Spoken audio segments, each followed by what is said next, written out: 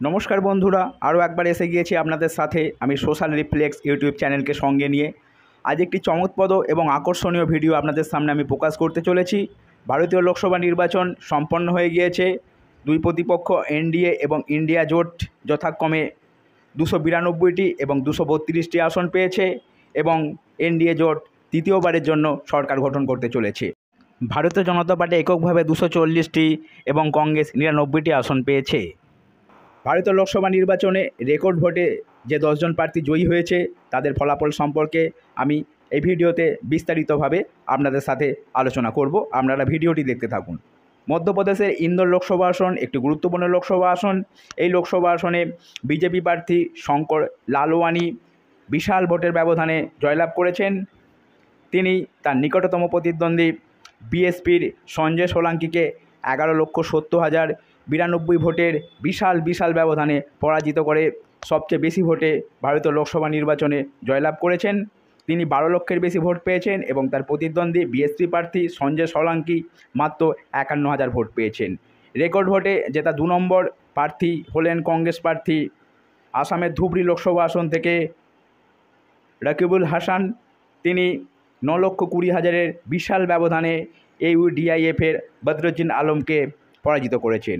মধ্যপ্রদেশের বিদিশা লোকসভা আসনে প্রাক্তন মুখ্যমন্ত্রী শিবরাজ সিং চৌহান 8,21,000-এর বিশাল ব্যবধানে কংগ্রেস প্রার্থীকে পরাজিত করেছেন। রেকর্ড ভোটে জয়লাভের ক্ষেত্রে 4 নম্বরে আছেন বিজেপি CR প্যাটেল। তিনি গুজরাটের নাভেরি লোকসভা আসন থেকে প্রতিদ্বন্দ্বিতা করছেন।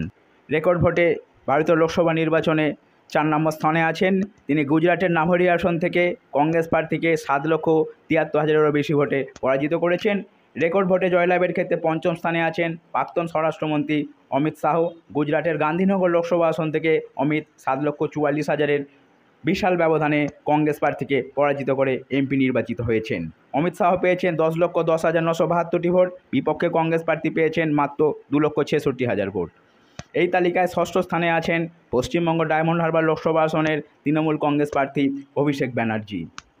তিনি পশ্চিমবঙ্গের ডায়মন্ড হারবার লোকসভা কেন্দ্র থেকে বিজেপির প্রার্থীকে 7,10,930 ভোটের বিশাল ব্যবধানে পরাজিত করে দ্বিতীয়বারের জন্য এই আসন থেকে সাংসদ নির্বাচিত হয়েছেন।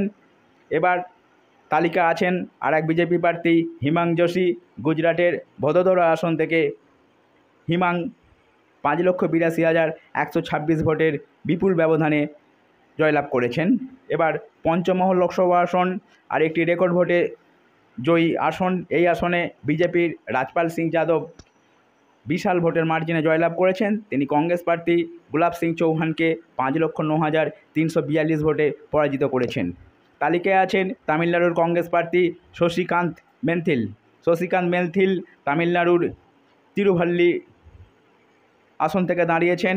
শশীকান্ত প্যাটেল তার বিপরীতে বিজেপি প্রার্থীকে 5,72,155 ভোটের বিশাল মার্জিনে পরাজিত করেছেন।